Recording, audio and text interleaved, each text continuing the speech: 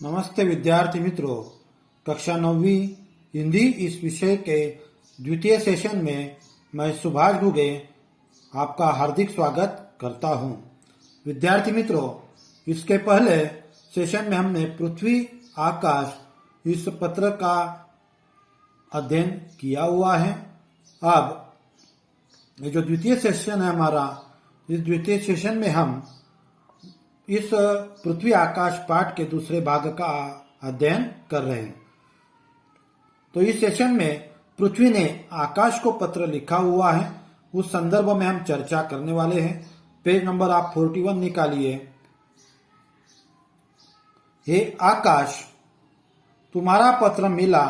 पत्र क्या है? वह तुम्हारे ही चित्त के लालित्य का विस्तार है।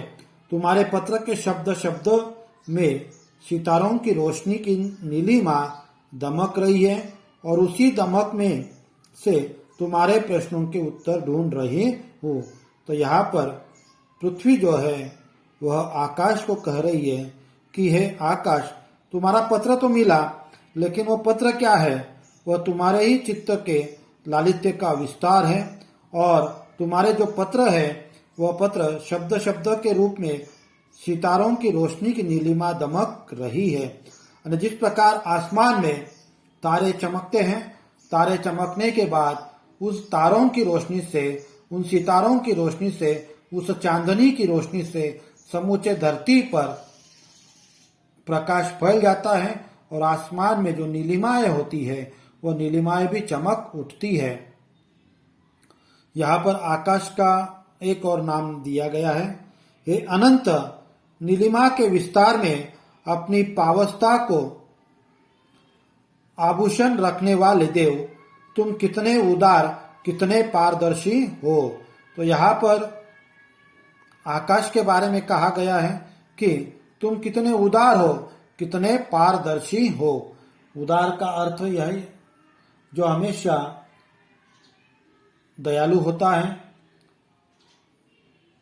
और पारदर्शी का अर्थ है जिसके आर पार दिखाई दे। एक यहाँ पर नाम आया हुआ था अनंत, जिसका अर्थ है जिसका कोई अंत नहीं। तो इस प्रकार ये 3-4 कठिन शब्द आए हुए विद्यार्थी मित्रों इस पैराग्राफ में, आप इनको समझ लीजिए। फिर से बताता हूँ। एक शब्द आया हुआ है अनंत, जो आकाश का नाम दिया है, जिसका कोई अंत नहीं।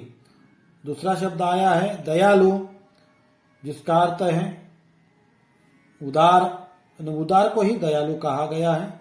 और तीसरा शब्द आया है पारदर्शी, जिससे आर पार दिखाई दे, ऐसा उसका अर्थ है। तुम मेरी विभूति को देखकर कितने प्रसन्न हो, इसलिए शब्द की पावस्ता और उसकी असीमित मृसन अर्थवत्ता भी तुम्हारे पास है। तो यहाँ पर पृथ्वी आकाश को कह रहे कि तुमने तो मेरे विस्तार को देखा है, तुमने मेरे फैलाव को देखा है, उसके लिए तुमने जो शब्दों का इस्तेमाल किया है, वह शब्दों के इस्तेमाल करने से तुम्हारा जो ज्ञान है वह ज्ञान किस प्रकार अगाध है वह समझ में आता है। तुम्हारा मन उतना ही बड़ा है जितना तुम्हारा ब्रह्मांडीय फैलाव। तो यहाँ पर पृथ्वी आकाश को कह रही है कि तुम्हारा जो मन है वो उतना ही बड़ा है जितने तुमने मेरी प्रशंसा करने में शब्दों का इस्तेमाल किया है। उस जिस प्रकार ये ब्रह्मांड में तुम्हारा फैलाव फैला हुआ है, इसलिए तुम्हारे मन की सतरंगी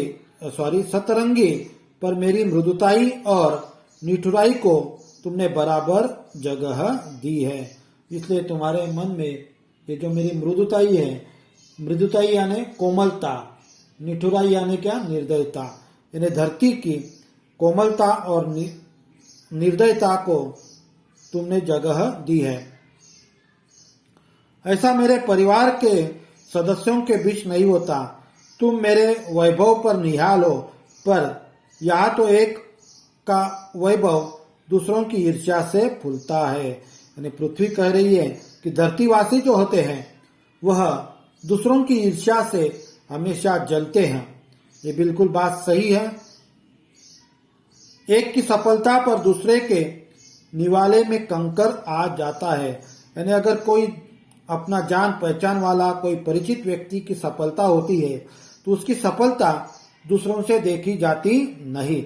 ऐसा लगता है कि मानो उनका जो निवाला है उस निवाले में कंकर आ गए हैं और वह निवाला हलक के नीचे जाएगा नहीं दूसरों की सफलता देखकर।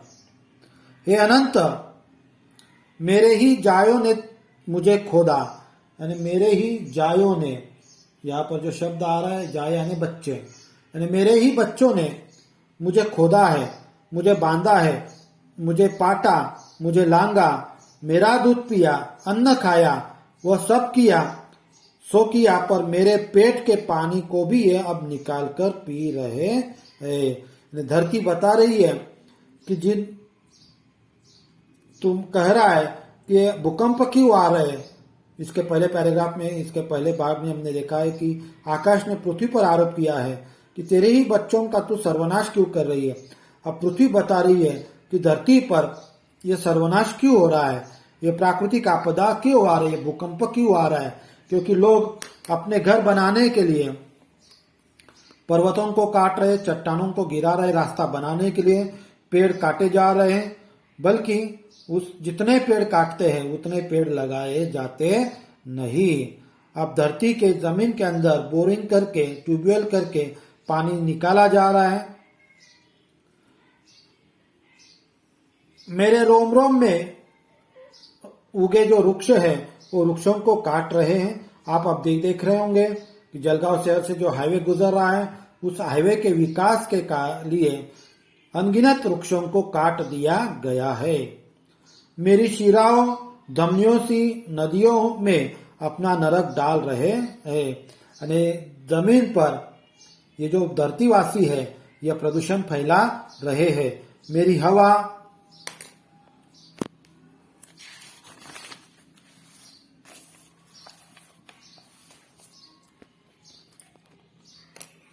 मेरी हवा में धुआं मिलाया जा रहा है।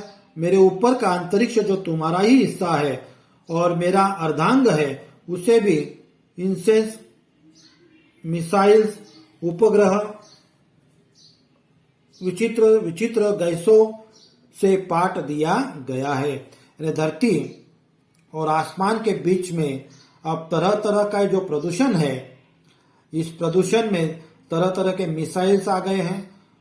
मिसाइल्स का रोजाना परीक्षण हो रहा है, उपग्रह आसमान में छोड़े जा रहे हैं, गैस का जो भाग है वो उसमें आ गया है। अब बताओ, जीवन की रचना में के उपकरण ही साबुत नहीं रहने दिए जा रहे हैं। अब बताइए आप ही, ये जो जीवन जीने के लिए जो उपकरण है उन्हें ही साबुत नहीं रखा जा रहा है। या जीवन ही जीवन रस के खिलाफ खड़ा हो गया है। मेरे बेटे इतने गर्रा गए हैं कि असुरों की आंखों का लालपन उनकी आंखों में तैरने लगा है। अब मेरे जो बेटे हैं वो बेटे असुरों जैसा बर्ताव करने लगे हैं। आज ये पानी के खिलाफ खड़े हैं। आज धरती पर पानी की वजह से झगड़े हो रहे हैं। वे हवा के खिलाफ खड़े हैं। वे आग के विरोध में हैं। वे मुझे रोंद रहे हैं। वे तुम्हारे ऊपर गोलियां दागने की भी भंगिमा में आ गए हैं। ओजोन में छेद आ गया है।